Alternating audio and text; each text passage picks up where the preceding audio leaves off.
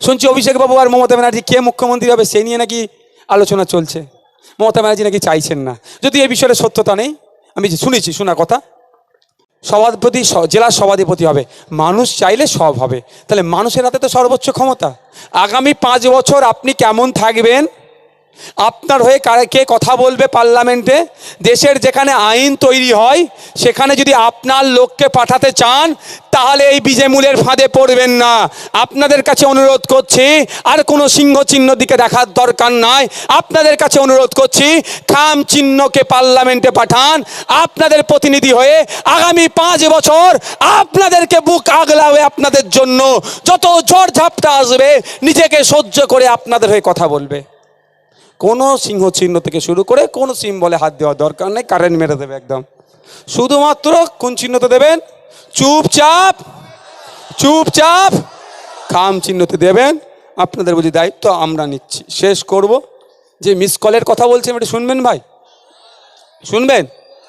দূরেরগুলো তো মনে হয় ঝিমিয়ে গিয়েছে, শুনবেন? মিস কল মেরে রেখেছে তৃণমূলে যে 42টা এমপি সিট দিয়েছে তো ভাই। সর্বপ্রথম আমি এই জায়গা থেকে চ্যালেঞ্জ করছি, এখান থেকে কলকাতার মধ্যেই তো, এখান থেকে কালীঘাট তো বেশি দূর নয়। আমি এখান থেকে চ্যালেঞ্জ করছি, তাপস, ওনার নাম কি তাপস, যে বিধায়ক তার নামটা কি, তাপস চ্যাটার্জি মহাশয়ের মাধ্যমে আমি মমতা ব্যানার্জির কাছে একটা বার্তা পাঠাতে চাইছি। কাকুলিদি তো যদি আওয়াজটা পাই, কাকুলিদির মাধ্যমে আমি মমতা ব্যানার্জির কাছে একটা বার্তা পাঠাতে চাইছি। আমাদেরকে ভোট কাটুয়া বলছেন তো, আমরা নাকি বিজেপির সুবিধা করে দেবো বলছেন তো, আপনাকে আমরা একটা বার্তা দিতে চাইছি। আপনি একটা 10 টাকা 50 টাকা 100 টাকার স্ট্যাম্প পেপারে লিখে দিন যে 42টা প্রার্থী আপনারা দিয়েছেন, এই 42টা প্রার্থীর মধ্যে যারা জিতবে একটাও তৃণমূল ছেড়ে বিজেপিতে যাবে না, এটা লিখে দিন। তাহলে 17টা প্রার্থী আইএসএফ তুলে নেবে। কি বলছি বুঝতে পেরেছেন? ছোটোখাটো বিষয় নয়, 17টা প্রার্থী আইএসএফ তুলে নেবে। কিন্তু ওখানে আইএসএফের পক্ষ থেকে একটা শর্ত থাকবে। শর্তটা কি? যদি একটা গেছে পা পিছলেছে তার দায়ভার আপনাকে নিতে হবে এবং আপনাকে মুখ্যমন্ত্রীর পদ থেকে পদত্যাগ করতে হবে। এটা লিখে দিতে পারবে? লিখে দিতে পারবে? আমি আপনাকে বলছি উনি লিখে দিতে পারবেন না, ওই কনফিডেন্স ওনার মধ্যে নাই। উনি ওনার বাড়ির কাছেই নিজের কনফিডেন্স হারিয়ে যাচ্ছে। শুনছি অভিষেক বাবু আর মমতা ব্যানার্জি কে মুখ্যমন্ত্রী হবে সেই নিয়ে নাকি আলোচনা চলছে। মমতা ব্যানার্জি নাকি চাইছেন না, যদি এই বিষয়ে সত্যতা নেই। আমি শুনেছি, শোনা কথা। কিন্তু একটা কথা আমরা ভুলে যাচ্ছি না, 21 সালে 2021-এ বিধানসভা নির্বাচনের সময় ওনার পায়ে নাকি কে ওনাকে মেরে দেওয়ার চেষ্টা করেছিল, ওনার পায়ে আঘাত পেয়েছিল। আজকে 3 বছর হতে চলেছে। দুঃখের বিষয়, আমার রাজ্যের মুখ্যমন্ত্রী যিনি প্রাণঘাতী হামলার সম্মুখীন হয়েছিল, কে হামলা চালালো তার চাঁদ মুখটুকু আমরা একটু দেখতে পেলাম না। বুঝতে পারছেন না কে হামলাটা চালিয়েছে? আমার দেশের রাজ্যের মুখ্যমন্ত্রীর যদি যেতে হামলা চালাতে পারে তাহলে নাগরিক আমরা কতটা অসুরক্ষিত। কিন্তু যে অপদার্থ হামলা চালিয়েছে তার তো জেলে রাখা দরকার। তার এখন 3 বছর তো তার তো শাস্তি হয়ে যাওয়ার দরকার ছিল। কিন্তু সে কে? সেই সোনার টুকরোটা কে যে আমাদের রাজ্যের মুখ্যমন্ত্রীর উপরে হামলা চালিয়েছিল? তাকেও আমরা দেখতে চাই, তার সাহস কত দেখতে চাই। কিন্তু দুঃখের বিষয়, আমিও ভাই ক্লান্ত হয়ে গেছি, সেটা কে দেখতে পেলাম না। কিন্তু ওটাকে নিয়ে তিনি ভোট চাইলেন। তারপরে কি আসলো?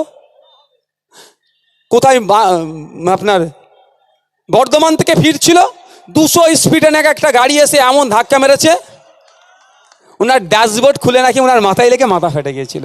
এবার শোনেন ভাই, আমাদের উনি যে গাড়িটাতে চেপেছিলেন ওটা টয়োটার ফরচুনার ছিল সম্ভবত। টয়োটা কোম্পানি যদি বাংলা ঠিকঠাক বোঝে, মেন মালিক এই এখানকার যিনারা দায়িত্বশীল আছে, বাংলা থেকে ওই ভাষায় ট্রান্সলেট করে না, ইংলিশে না ট্রান্সলেট করে পাঠালে আলাদা জিনিস, যে আমাদের রাজ্যের মুখ্যমন্ত্রীর বদনাম হয়ে যাবে। বাংলায় যারা চাকরি করছে আমাদের রাজ্যেরই তারা তো, যে আমাদের এই তথ্যটাদেরকে দেবো বদনাম হয়ে যাবে, হয়তো নাও দিতে পারে। কিন্তু টয়োটা গাড়ি যদি জানে মালিক কোম্পানি বা যারা মেন জায়গায় আছে, তারাও কিন্তু ভয় পেয়ে যাবে যে তাহলে নতুন করে ট্রেনিং, মানে যে ম্যানুফ্যাকচারিং যেখানে হচ্ছে গড়বড় ছিল।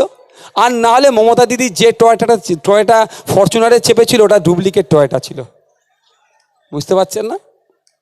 বলছে 200 স্পিডে ধাক্কা লেগে ড্যাশবোর্ড খুলে মাথায় লেগেছে। ভাই আমাদের কম বেশি রাজারহাট এলাকার মানুষজন তো আপনারা সবার বাড়িতে বড় গাড়ি না থাকলে শহরের মানুষ টয়োটা গাড়ি সম্পর্কে, ফরচুনার সম্পর্কে আমরা সকলেই জানি ভাই। কি আমরা তো দূর থেকে লোক ভাড়া করে নিয়ে আসবো না, মাঠ ভরানোর জন্য। আমার এখানকার যতটুকু হয় এতটুকুই, বা যতটাই হচ্ছে ওখানকার লোকালি আমরা ভালোবাসি।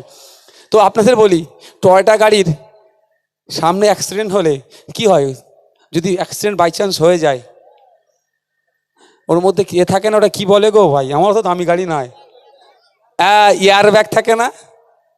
ড্যাশবোর্ডে মাথা ঠোকার আগে ওখান থেকে এয়ার ব্যাগ খুলে ড্যাশবোর্ড আর মানুষের মধ্যিখানে এসে যায় না? এক নম্বর কথা। দ্বিতীয় কথা, এমন অ্যাক্সিডেন্ট হলো ড্যাশবোর্ড খুলে গেল, সামনেটা ভালো থেকে গেল। হয় উনি ডুপ্লিকেট টয়োটা ফরচুনারে চেপেছিলেন, আর না হলে তিনি অসত্য কথা বলছেন, দুটোর মধ্যে একটা। তা সেই বিষয়টা অনেক বেশ কিছুদিন হলো। যেটা লেটেস্ট হয়েছে সেটা হচ্ছে ওনার বাড়ি থেকে শুনলাম, ওনার বাড়িতে পড়ে গিয়েছেন। কি হয়েছে না হচ্ছে দেখার দরকার নেই আমার এখন, যে ওনার বাড়িতে উনি চোট পেয়েছেন। বাড়ি থেকে SSKM আসলো অনেকটা রাস্তা।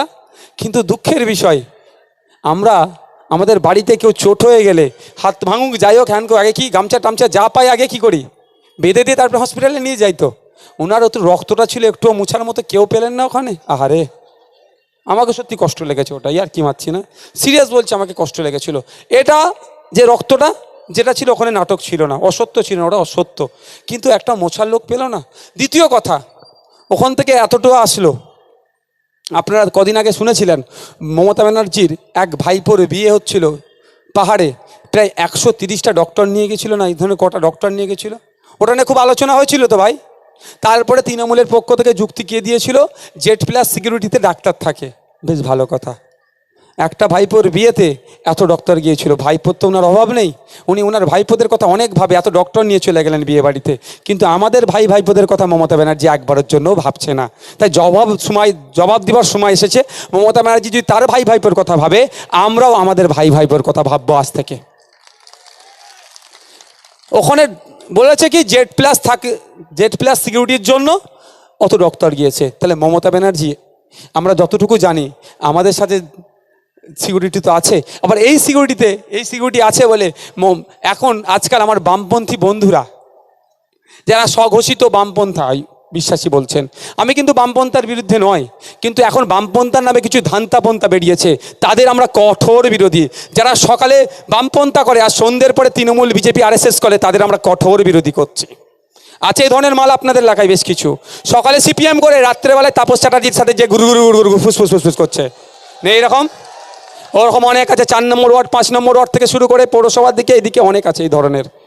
তা দিনের বেলা CPM করছে, রাতের বেলা গিয়ে বিজেপির পার্টি অফিসে গল্প করছে, এই ধরনের অনেক আছে। তারা বলছে নাকি বিজেপির দেওয়া জিনিস, এটা বিজেপির বাপের টাকার মাইনে চলছে নাকি, এটা ভারত সরকারের। এবার আমি কিভাবে পেলাম, প্রথম আমি রাজ্য সরকারকে বলেছিলাম আমার নিরাপত্তা রক্ষী দেওয়া হোক, দুইবার চিঠি করেছিলাম, 3বার মতো চিঠি করেছিলাম, পশ্চিমবাংলা সরকার আমার চিঠিতে সাড়া দেয়নি। তারপরে কেন্দ্রীয় সরকারকে চিঠি করেছিলাম যে পশ্চিমবাংলা সরকার আমাকে নিরাপত্তা রক্ষী দিচ্ছে না, আমি নিরাপত্তাহীনতায় ভুগছি, আমাকে দেওয়া হোক। অমিত শাহজি বলে সবকা সাথ সবকা বিকাশ, কি সবকা বিশ্বাস বলে, কিন্তু দুঃখের বিষয় নওশাদ সিদ্দিকী চিঠি করেছিল একটা MLA, তাকে দেয়নি। কিন্তু না চিঠি করেও শুভেন্দু অধিকারী থেকে শুরু করে বিজেপির 77টা MP-কে তারা নিরাপত্তা রক্ষী দিয়েছিল। আমি চিঠি করে রেখাপাত্র মহাশয়কেও দিয়ে দিল, কিন্তু নওশাদ সিদ্দিকী একজন নির্বাচিত জনপ্রতিনিধি, আমি চিঠি করার পরেও আমাকে দেয়নি। তারপরে আমি অবশেষে কোর্টে গেলাম, কোর্টের পেনের খোঁচা দিয়ে অমিত শাহ আমার নিরাপত্তাকে আটকে রাখতে পারেনি, আমি নিয়েছি। যখন নিয়েছি তখন আমার বামপন্থী বন্ধুরা বলতো না যে বিজেপির সিকিউরিটি নিয়ে ঘুরছে। তিনি সব বিষয়ে কথা বললেন, 2021 সালে হামলা হয়েছিল কথা বললেন, গাড়ির বিষয়ে কথা বললেন, কিন্তু তিনি বাড়িতে যেটাভাবে পড়ে গেলেন সে বিষয়ে কথা বললেন না। তিনি নিজের বাড়িতে কনফিডেন্স তিনি পাচ্ছেন না, তিনি বাইরের কিভাবে করবেন? তো 42টা যারা মিস কল মেরে রেখেছে, যারা ED CBI একবার করে ডেকেছে, তাদেরকে ভোট দিয়ে আপনার ভোটটাকে নষ্ট করবেন না। যখন আবার ডাকবে ED CBI, পুরো ফুল কলের তাদেরকে দিল্লি চলে যাবে, অন্য দলের ঝান্ডা নিয়ে নেবে। তাই এমন জায়গায় ভোট দেবেন না যে ভোটটা আপনার পচে। আপনার ভোটটা ইন্ডিয়ান সেকুলার ফ্রন্টের পক্ষে আসুক, খামচিহ্নে আসুক, আপনার ভোটটা সুরক্ষিত থাকবে, আপনার ভোট নিয়ে কোনো দুর্নীতি হবে না, আপনার ভোট হবে দুর্নীতির বিরুদ্ধে লড়াই করার জন্য। আর পঞ্চায়েতের সময় যারা পঞ্চায়েতে বুথে বুথ দখল করেছিলেন, তাদের উদ্দেশ্য বার্তা, এবার কিন্তু ওই করতে যাবেন না, ওই আশাও দেখবেন না। তাহলে আইনের মাধ্যমে, তখন কিন্তু বেঙ্গল পুলিশ ছিল, পুলিশকে মমতা ব্যানার্জি বা কেউ বলে দিয়েছিল হয়তো, তারা সেই পদক্ষেপ নেয়নি। এবার কিন্তু সেন্ট্রাল ফোর্স থাকবে, অন্যরকম অ্যাকশন হবে, বা ECI-কে তাদের বিরুদ্ধে আমরা কমপ্লেন করবো, এটা মাথায় রাখবেন। শেষ করছি। সকলে ভালো থাকবেন, সুস্থ থাকবেন, আস্তে আস্তে বিদায় নিন। মার্কেট একটা শেষে অনুরোধ করব, ভোট আসবে যাবে, ভোটের জন্য মারামারি হানাহানিতে জড়িয়ে পড়বেন না। অনুরোধ করছি আইএসএফের পক্ষে ভোট দেওয়ার জন্য, আহ্বান করছি আইএসএফের পক্ষে ভোট দেওয়ার জন্য। আমি জোর করতে পারবো না আপনাদের, কিন্তু ভোটের জন্য মারামারিতে হানাহানিতে জড়িয়ে পড়বেন না। আমরা কোনোদিন দেখিনি যে মমতা ব্যানার্জি আর শুভেন্দু অধিকারীর হাতাহাতি লড়াই করতে, আমরা এটা চাইও না। আমরা কোনোদিন দেখিনি মোহাম্মদ সেলিম, সুজন চক্রবর্তী, দিলীপ ঘোষ, কুণাল ঘোষ, আপনার অদিত চৌধুরী, অভিষেক ব্যানার্জি সব একে অপরের বিরুদ্ধে হাতাহাতি লড়াই করুক, আমরা চাইও না এটা। কিন্তু লড়াইটা কোথায় হচ্ছে? বুথে হচ্ছে, ব্লকে হচ্ছে, ওয়ার্ডে হচ্ছে। এটা না হয় এই অনুরোধটা আপনাদের করব। বরঞ্চ আমরা কি দেখেছি, সুজন চক্রবর্তী, পার্থ চ্যাটার্জি, কুণাল ঘোষেরা এক জায়গায় বসে চা খেতে দেখেছি। আমরা কি দেখেছি, সুকান্ত মজুমদার, দিলীপ ঘোষ, কুণাল ঘোষ কেক কাটছে, এটা দেখেছি। আমরা কি দেখেছি, মমতা ব্যানার্জি অগ্নিমিত্রা পলকে, শুভেন্দু অধিকারীকে, আরও বিজেপি নেতাদেরকে ডেকে চা খাওয়াতে দেখেছি। আমরা তাদের একসাথে মারামারি হতে দেখিনি, আর আশাও করব না। তারা যদি মারামারি না করাটাই স্বাভাবিক, তাহলে আমরা তাদের জন্য কেন মারামারি করে আমাদের ক্ষতি করব? অনুরোধ আপনাদের, আমরা বুথের স্তরে যার যে দল ভালো লাগবে করবেন, যার যাকে ইচ্ছায় ভোট দেবেন, তাতে আমার কোনো অভাব অভিযোগ নাই। যদি আমাদেরকে দেন, আপনাদের হয়ে লড়াই করব। যদি ইচ্ছা যায় আপনার আম খাওয়ার, তাহলে আম গাছই লাগান। আর যদি আম খাওয়ার ইচ্ছা যাচ্ছে আমড়া গাছ লাগান, তাহলে আম আশা করা আপনার দিতে হবে। আপনি চাইছেন দুর্নীতিমুক্ত সমাজ ব্যবস্থা, আপনি চাইছেন আপনার সন্তানটা 550, 330 টাকা ফর্ম ফিল আপ করে চাকরি পাক, তাহলে আপনার কি কাজ হবে? তাহলে ইন্ডিয়ান সেকুলার ফ্রন্টকে খাম চিহ্নকে পার্লামেন্টে পাঠাতে হবে। খাম চিহ্নকে পার্লামেন্টে পাঠালেই এই খামের মাধ্যমে আপনার ছেলের অ্যাপয়েন্টমেন্ট লেটারটা আসবে। কোনো 20 লাখ, 30 লাখ, 25 লাখ টাকার ডিমান্ড নয়, মেধার ডিমান্ডে আপনার ছেলের চাকরিটা হবে। সকলে ভালো থাকবেন, সুস্থ থাকবেন, ধন্যবাদ।